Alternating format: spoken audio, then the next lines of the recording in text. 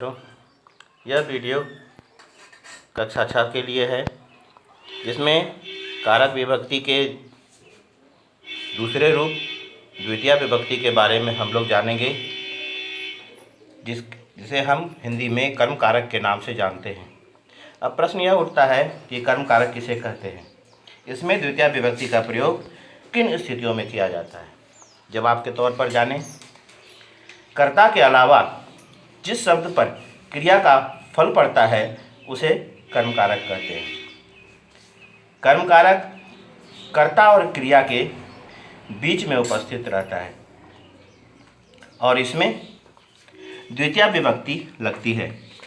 हिंदी में इस विभक्ति का चिन्ह को है। जब वाक्य में कर्ता तथा क्रिया के अलावा मध्य में कोई अन्य शब्द हो तथा क्रिया का सारा फल कर्ता पर न पढ़कर उसी शब्द पर पढ़े तो वह शब्द कर्म कारक का शब्द कहलाता है। इसमें द्वितीय विभक्ति लगती है। जैसे रामः पुस्तकं पठति, सीता गृहं गच्छति।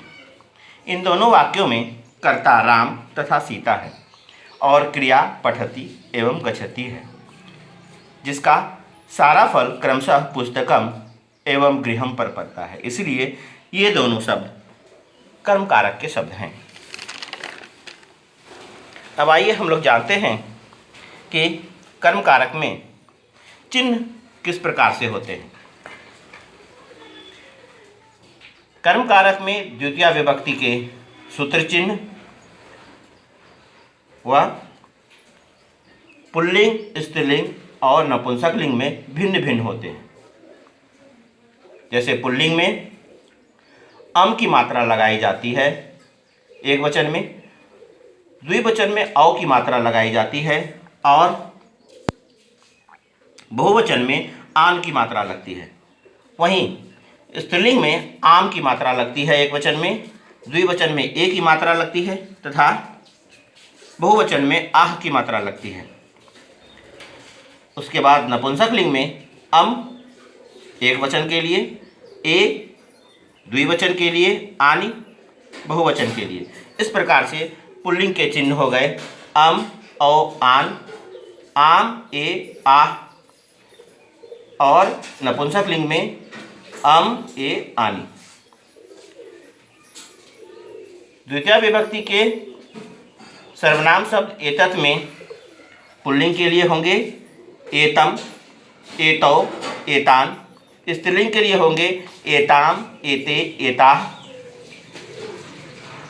नपुंसक लिंग में होंगे एतत्, एते, एतानि।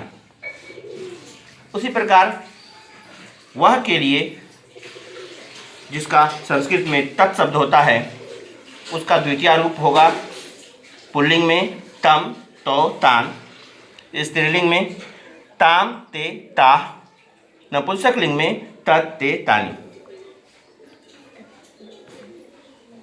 इसके बाद मैं और तुम ये दोनों उभयलिंगी शब्द माने जाते हैं, जिसे हम लोग अस्मत् तथा युष्मत् के नाम से जानते हैं। अस्मत् तथा युष्मत् के दो रूप व दोनों लगभग समान होते हैं, जो तीनों लिंगों में समान रूप से बनते हैं। जैसे अस्मत् में लें तो पहला रूप जैसे होता है कर्ता कारक का अहम आवाम वयम, तो उसका द्वितीय विभक्ति रूप हो जाएगा माम, आवाम, अस्मान। फिर युष्मत् में जिसका त्वम, युवाम, यूयम होता है, तो यहाँ तीनों लिंगों में एक ही शब्द होगा त्वाम, युवाम, युष्मान। प्रश्नवाचक शब्द किम के लिए द्वितीय विभक्ति का रूप होगा पुल्लिंग में, स्त्रीलिंग में और नपुंसक लिंग में अलग अलग होगा तत् और एतत् के रूप के तरह। पुल्लिंग में होगा कम को कान, स्त्रीलिंग में होगा काम के काह, नपुंसक लिंग में होगा किम के कानी।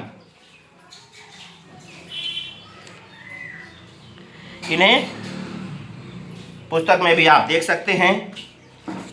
ये सारी चीज़ें आपके पुस्तक पाठ्य पुस्तक में दी गई हैं, जिसे आप देखें और पढ़ें और इसका अभ्यास करें।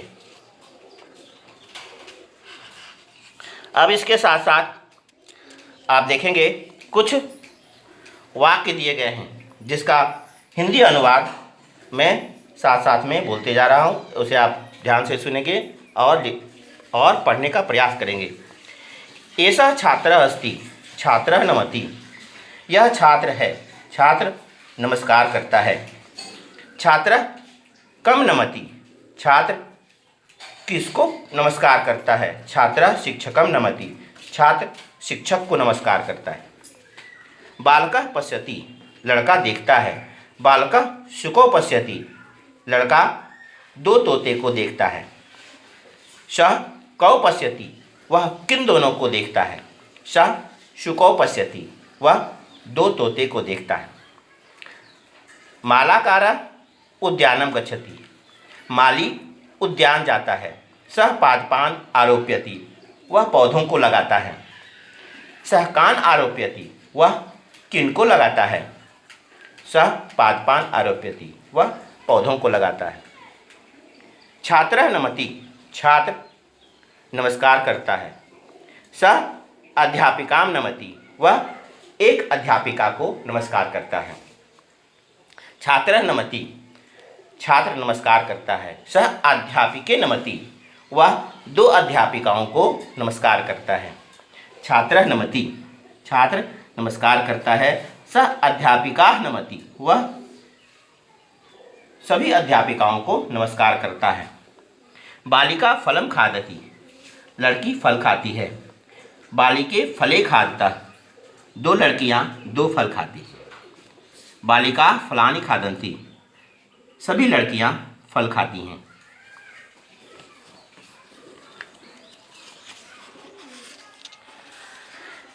इसके पश्चात एक श्लोक दिया हुआ है, जो श्लोक इस प्रकार है।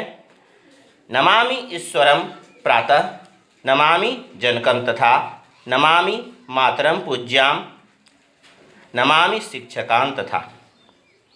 जिसका अन्वय नीचे दिया गया है। श्लोक जिसे कविता पाठ आप कह सकते हैं, काव्य रूप होता है, और अन्वय उसका गद्य रूप होता है, कहानी के रूप में।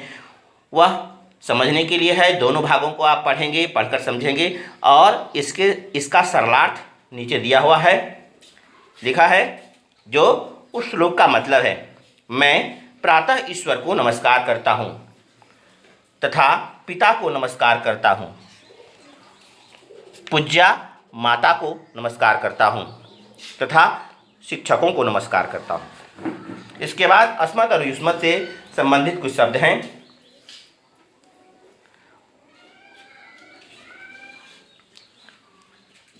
द्वितीय विभक्ति के शब्द हैं। उसके नीचे भी अनुवाद दिया हुआ है। अहम दुग्धम पिबामि, मैं दूध पीता हूँ। गौ घासम खादति, गाय घास खाती है। बालिका ईश्वरम स्मरति, बालिका ईश्वर को याद करती है। त्वम पत्रम लिखसि, तुम पत्र लिखते हो। उसके बाद शब्दार्थ दिए हुए हैं, प्रश्नोत्तर है। यह सारी चीज़ें हल हो चुकी हैं। इन्हें आप अपनी उत्तर पुस्तिका में क्रम से लिखेंगे और इन्हें याद करेंगे। यह आपके सिलेबस के आधार पर है। ये सारा प्रश्नोत्तर है, हल किया हुआ है, पंक्तिबद्ध आपके पास किताब है। प्रश्नों के साथ साथ उत्तरों को लिखेंगे। तृतीय पाठ अगले वीडियो में। धन्यवाद।